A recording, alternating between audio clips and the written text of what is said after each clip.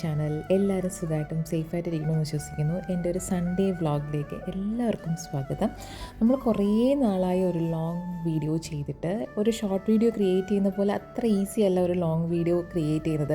Short video ഭയങ്കര convenient ആണ് നമുക്ക് എഡിറ്റ് ചെയ്യാനും കാര്യങ്ങളൊക്കെ. ഇത് ഭയങ്കര മടിയാണ് എനിക്ക്. അത് കാരണമാണ് ലോങ് വീഡിയോസ് ഞാനിപ്പോൾ തീരെ ചെയ്യാത്തത്. അപ്പോൾ ഇന്ന് സൺഡേ എന്താ സ്പെഷ്യൽ എന്ന് ചോദിച്ചു കഴിഞ്ഞാൽ, സൺഡേ ആണ് ഞങ്ങൾക്ക് ആകെയുള്ളൊരു ഓഫ് ഡേ. ചാച്ചുവിന് പോകണ്ടാത്തൊരു ദിവസം അതാണ്. അപ്പോൾ അന്നത്തെ ദിവസം കംപ്ലീറ്റ്ലി ഞങ്ങൾ ഇങ്ങനെ പുറത്തൊക്കെ പോയി സ്പെൻഡ് ചെയ്യുന്ന ദിവസമാണ്. അപ്പോൾ ഇന്ന് രാവിലെ തന്നെ ഞങ്ങൾ പള്ളിയിൽ പോകുന്നുണ്ട്. അവിടെ നിന്ന് പിന്നെ ഞങ്ങൾ ദുബായിലുള്ളൊരു സബീൽ പാർക്ക് എന്ന് പറഞ്ഞ പാർക്കിലേക്കാണ് കേട്ടോ പോകുന്നത്. അപ്പോൾ അതിന് വേണ്ടിയിട്ടുള്ള പ്രിപ്പറേഷൻസും കാര്യങ്ങളാണ് നിങ്ങളിപ്പോൾ ഈ കണ്ടിട്ടിരിക്കുന്നത്.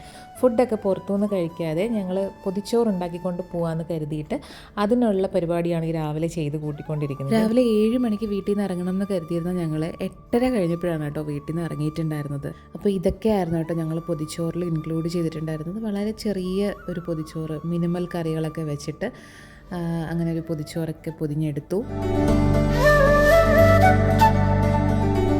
സത്യത്തിൽ ഈ പൊതിച്ചോറ് എന്നൊക്കെ പറയുന്ന ഒരുപാട് പേരുടെ വികാരമാണ്. അതായത് അവരുടെ ഒരുപാട് ഓർമ്മകൾ പുതുക്കുന്നൊരു സംഭവമാണ് പൊതിച്ചോറ്. സ്കൂളുകളിൽ കൊണ്ടുപോയ ഓർമ്മകളും കാര്യങ്ങളൊക്കെയാണ്. എനിക്കങ്ങനെ പ്രത്യേകിച്ച് ഓർമ്മകളും കാര്യങ്ങളൊന്നും ഇല്ല. കാര്യം നമ്മൾ സാധാരണ ചുറ്റുപാത്രത്തിലൊക്കെയാണ് ചോറ് കൊണ്ടുവരുന്നത്.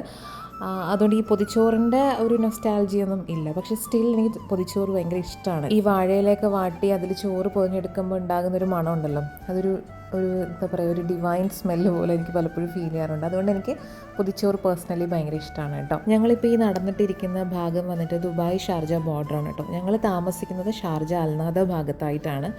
അപ്പോൾ നിങ്ങൾ ഇനിയിപ്പോൾ ഇതിൽ കാണാൻ പോകുന്ന ഒരു ബ്രിഡ്ജ് ഉണ്ടാവും. ആ ബ്രിഡ്ജാണ് ഷാർജ ദുബായ് ബോർഡറായിട്ട് വരുന്നത്. നമ്മൾ ഇവിടെ നിന്നാണ് ഇനി ടാക്സി എടുത്തിട്ട് പോകാൻ പോകുന്നത് കേട്ടോ.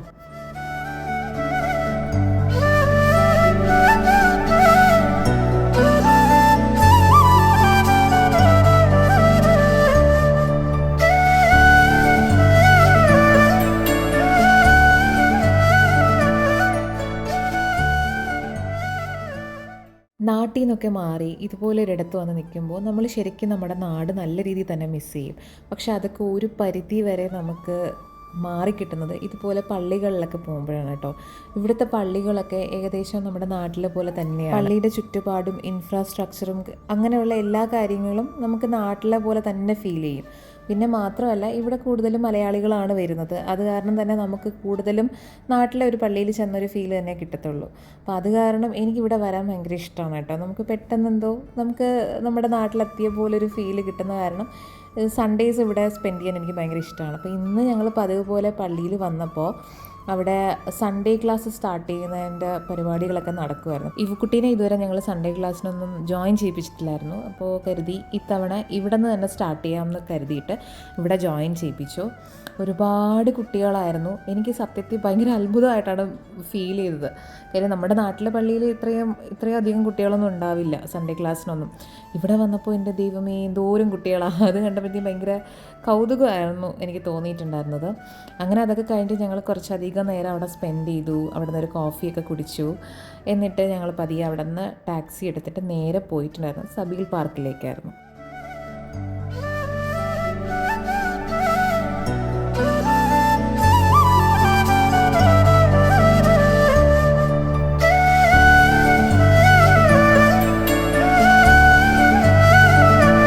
പണ്ട് ഈ ദുബായ് ഫ്രെയിം, ബുർജ് ഖലീഫയൊക്കെ നമ്മൾ ഏതെങ്കിലും ഒരു മാഗസീൻസിലോ അല്ലെങ്കിൽ ആഡിലോ ഒക്കെ കാണുമ്പോൾ കൂടി എൻ്റെ മനസ്സിൽ അങ്ങനെ ഒരു കൗതുകം തോന്നിയിട്ടില്ല, അല്ലെങ്കിൽ ഒരു അത്ഭുതം പോലെയൊന്നും എനിക്കങ്ങനെ തോന്നിയിട്ടില്ല. ഇവിടെ വരണം എന്നോ അല്ലെങ്കിൽ ഇതൊക്കെ വന്ന് നേരിട്ട് കാണണം എന്നോ അങ്ങനെ ഒരു ആഗ്രഹമൊന്നും ഒരിക്കലും എൻ്റെ മനസ്സിൽ തോന്നിയിട്ടില്ല. പക്ഷേ ഞാൻ ഇന്ന് ഈ മണ്ണിൽ നിന്നിട്ട് പുറകിലോട്ട് ചിന്തിക്കുമ്പോൾ എനിക്ക് ഭയങ്കര ഗ്രേറ്റ്ഫുള്ളായിട്ട് തോന്നാറുണ്ട്. കാരണം വേറൊന്നുമല്ല, കഴിഞ്ഞ ദിവസം എനിക്ക് ഇൻസ്റ്റഗ്രാമിൽ ഒരു DM വന്നതാണ്. ചേച്ചി, എനിക്ക് ദുബായിൽ വന്ന് സെറ്റിൽഡ് ആകണമെന്ന് താല്പര്യമുണ്ട്. ഞാൻ എൻ്റെ കുഞ്ഞു പ്രായം തൊട്ട്, അതായത് ഒരു +2 കാലഘട്ടം കഴിഞ്ഞ സമയം തൊട്ട് ആ കുട്ടി വളരെയധികം ഡെഡിക്കേറ്റഡ് ആയിട്ട് ഇതിനു വേണ്ടി പരിശ്രമിക്കുന്നുണ്ട് അത്രേ. അതിന് വേണ്ടിയിട്ടുള്ള കോഴ്സുകളും കാര്യങ്ങളൊക്കെ ചെയ്യുന്നുണ്ട്. ബട്ട് സ്റ്റിൽ ആ കുട്ടിക്ക് ഇതുവരെയായിട്ടും ഇവിടെ എത്താൻ കഴിഞ്ഞിട്ടില്ല. അത് മാരീഡാണ്, ഇപ്പോൾ കുഞ്ഞുങ്ങളുണ്ട്.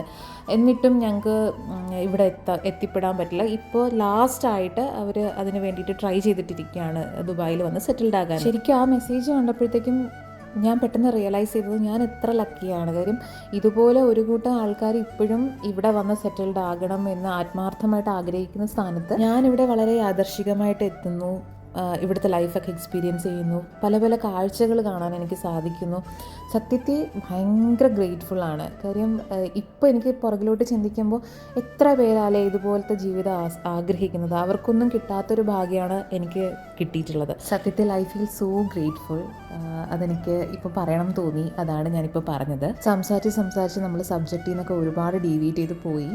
അപ്പോൾ നമ്മളിപ്പോൾ ഈ വന്നിരിക്കുന്നതാണ് കേട്ടോ സബീൽ പാർക്ക്. സബീൽ പാർക്കിലാണ് ദുബായ് ഫ്രെയിം ഉള്ളത്. നമുക്ക് ഈ ദുബായ് ഫ്രെയിമിന് ഉള്ളിൽ കയറാൻ പറ്റും കേട്ടോ. ഉള്ളിൽ കയറി കഴിഞ്ഞാൽ നമുക്ക് ഏറ്റവും ടോപ്പിൽ ചെന്നിട്ട് നമ്മുടെ ഓൾഡ് ദുബായും ന്യൂ ദുബായും തമ്മിൽ നമുക്ക് ഡിഫറൻഷ്യേറ്റ് ചെയ്ത് കാണാനൊക്കെ പറ്റും. അതിനൊരു ചെറിയൊരു എമൗണ്ട് ഓഫ് ഫീ ഒക്കെ നമുക്ക് അവർ ചാർജ് ചെയ്യുന്നുണ്ട്.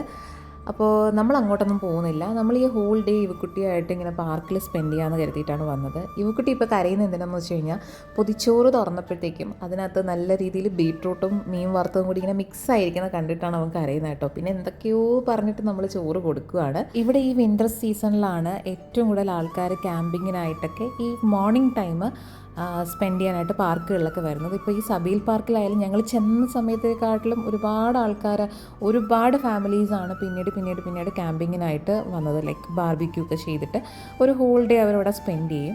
അപ്പോൾ അങ്ങനെയൊക്കെ നമുക്കിവിടെ അറേഞ്ച് ചെയ്യാൻ പറ്റും കേട്ടോ. നമുക്ക് ബാർബിക്യൂ പോലത്തെ കാര്യങ്ങളൊക്കെ ഇവിടെ ചെയ്യാൻ പറ്റും. പിന്നെ കുഞ്ഞുങ്ങൾ എൻഗേജ്ഡ് ആവുന്ന രീതിയിലുള്ള പാർക്ക് ഫെസിലിറ്റീസും ഇവിടെ അവൈലബിൾ ആണ്.